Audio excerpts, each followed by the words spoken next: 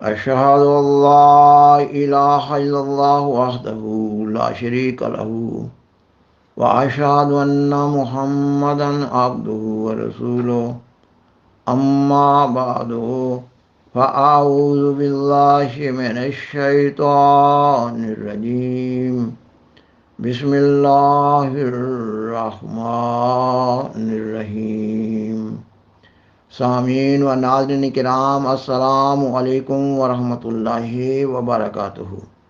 سیدنا حضرت محمد صلی اللہ علیہ وسلم کی سیرت و سوانح پر پروگرامز پیش کرنے کا سلسلہ جاری ہے۔ گزشتہ پروگرام میں آپ صلی اللہ علیہ وسلم پر آغاز وحی اور پہلی وحی کے بعد کے حالات کا بالاختصار ذکر کیا جا چکا ہے۔ یہ کہ رمضان المبارک کا آخری عشرہ تھا۔ آپ صلی اللہ علیہ وسلم غار حرا میں عبادت میں مصروف تھے۔ فرشتہ جبرائیل ظاہر ہوا۔ فرشتہ جبرائیل نے آپ صلی اللہ علیہ وسلم پر قرآن مجید کی سورۃ العلق کی پہلی 5 آیات پڑھیں اور غائب ہو گیا۔ آپ صلی اللہ علیہ وسلم اس روحانی نئے تجربہ سے محسوس کر رہے تھے کہ اللہ تعالیٰ نے آپ صلی اللہ علیہ وسلم کو اپنے کام کے لیے منتخب کر لیا ہے۔ آپ صلی اللہ علیہ وسلم اس روحانی ذمہ داری کے بارے میں بہت فکر مند ہو گئے۔ آپ صلی اللہ علیہ وسلم گھر آئے اور اپنی بیوی ام المومنین حضرت خدیجہ رضی اللہ تعالیٰ عنہا سے سارا واقعہ بیان کیا۔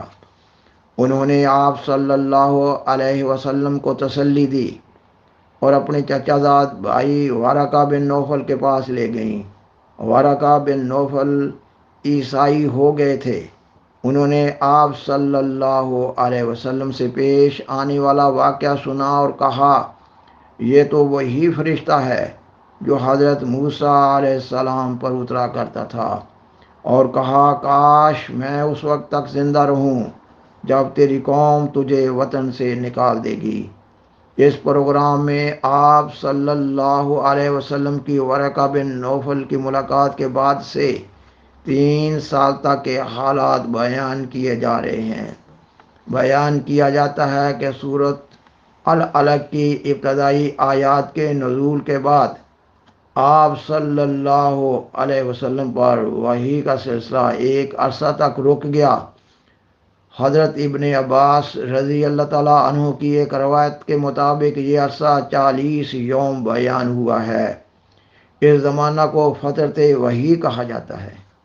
آپ صلی اللہ علیہ وسلم نے یہ ایام سخت گھبراہٹ اور بے چینی کی حالت میں گزارے۔ آپ صلی اللہ علیہ وسلم دن رات فکر مند رہتے تھے کہ اللہ تعالیٰ جانے یہ کیا معاملہ ہے اور کیا ہونے والا ہے۔ حدیث میں آتا ہے کہ ان ایام میں آپ صلی اللہ علیہ وسلم انتہائی شدید گھبراہٹ محسوس کر رہے تھے۔ ایک دن آپ صلی اللہ علیہ وسلم غار حرا سے گھر کی طرف واپس آ رہے تھے۔ آپ صلی اللہ علیہ وسلم نے ایک آواز سنی۔ کوئی آپ صلی اللہ علیہ وسلم کو مخاطب کر رہا تھا۔ آپ صلی اللہ علیہ وسلم نے اپنے آگے پیچھے اور دائیں بائیں دیکھا مگر کچھ نظر نہ آیا۔ آپ صلی اللہ علیہ وسلم نے اوپر نظر اٹھائی۔ آپ صلی اللہ علیہ وسلم نے دیکھا کہ آسمان اور زمین کے درمیان ایک کرسی پر وہی فرشتہ بیٹھا ہوا ہے جو آپ صلی اللہ علیہ وسلم پر غار حرا میں ظاہر ہوا تھا۔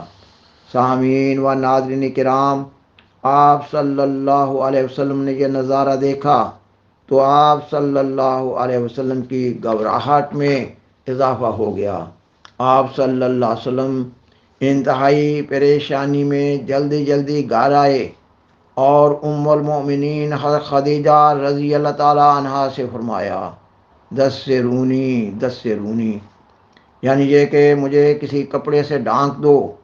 ام المؤمنین حضرت خدیجہ رضی اللہ تعالیٰ عنہا نے جلدی سے آپ صلی اللہ علیہ وسلم کو کپڑا اڑا دیا اور آپ صلی اللہ علیہ وسلم لیٹ گئے۔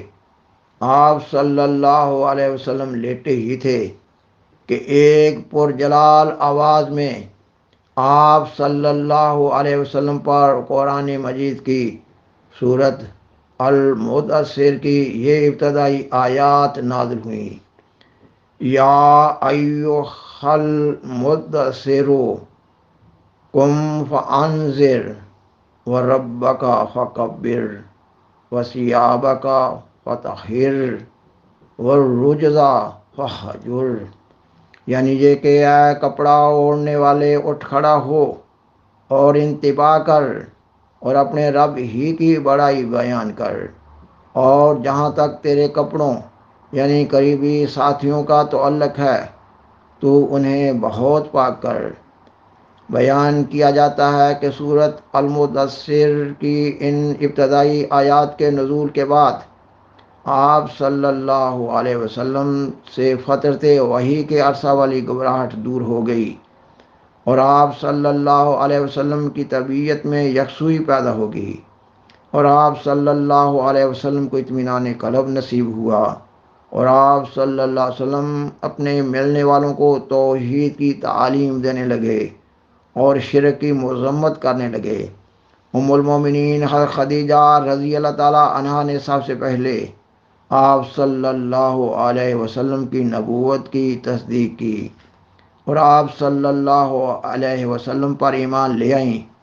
گھر سے باہر کے ماحول سے آپ صلی اللہ علیہ وسلم پر ایمان لانے والے پہلے شخص حضرت ابوبکر رضی اللہ تعالیٰ عنہ تھے، اور ام المومنین حضرت خدیجہ رضی اللہ تعالیٰ عنہا کے آپ صلی اللہ علیہ وسلم پر ایمان لانے کے بعد گھر کے افراد حضرت علی رضی اللہ تعالیٰ عنہ اور آپ صلی اللہ علیہ وسلم کے آزاد کردہ غلام حضرت زید رضی اللہ تعالیٰ عنہ ایمان لائے۔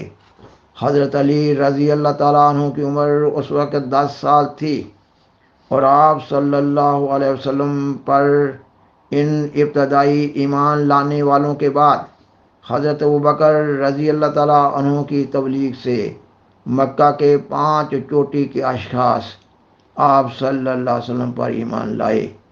ان 5 اشخاص کے نام یہ ہیں: حضرت عثمان رضی اللہ تعالیٰ عنہ، حضرت عبد الرحمن بن عوف رضی اللہ تعالیٰ عنہما، حضرت سعد بن ابی وقاص رضی اللہ تعالیٰ عنہما، حضرت زبیر بن العوام رضی اللہ تعالیٰ عنہما، حضرت طلحہ رضی اللہ تعالیٰ عنہ۔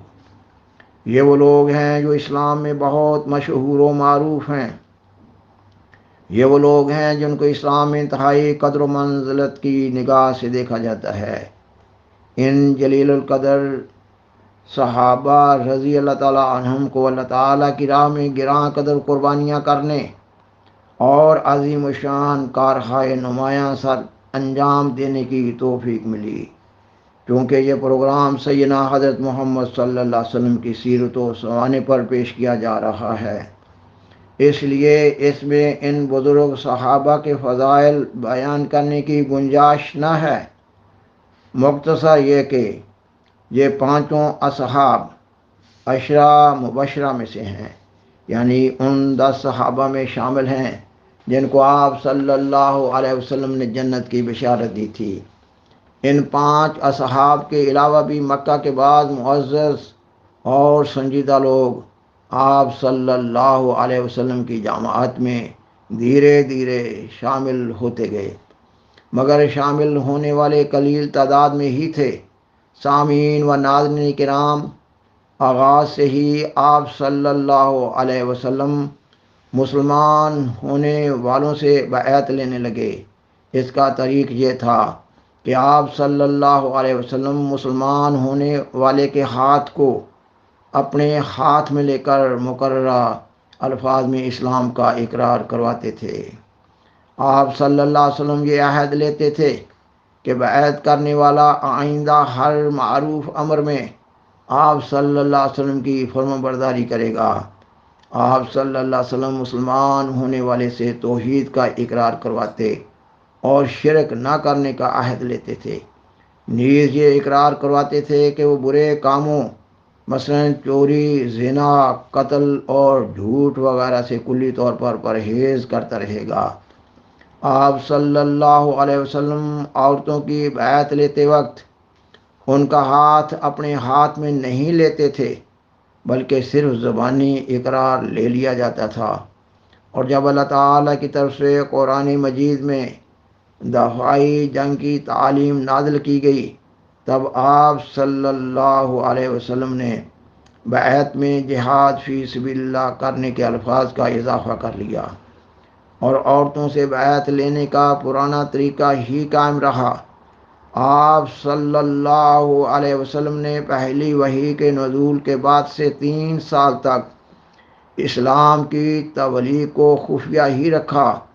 آپ صلی اللہ علیہ وسلم سے ملنے والے آپ صلی اللہ علیہ وسلم کے گھر پر ہی ملاقات کر لیا کرتے تھے، اور یا پھر شہر سے باہر کسی مقررہ مقام پر ملاقات کا اہتمام کر لیا جاتا تھا۔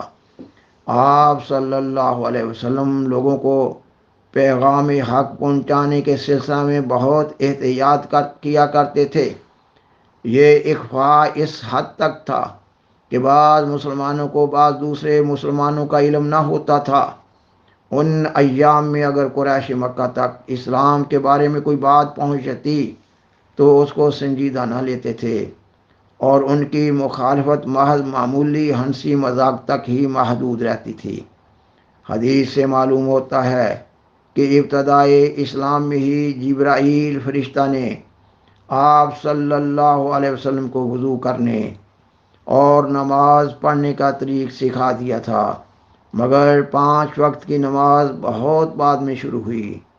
سامعین و ناظرین کرام، بالآخر درخواست ہے کہ برائے مہربانی اس پروگرام کو دوسروں سے شیئر کریں، اور از راہ کرم اس چینل کو سبسکرائب کریں۔ جزاکم اللہ تعالی احسن الجزاء، وآخر دعوانا ان الحمد للہ رب العالمین۔ والسلام علیکم ورحمۃ اللہ وبرکاتہ۔ شکریہ۔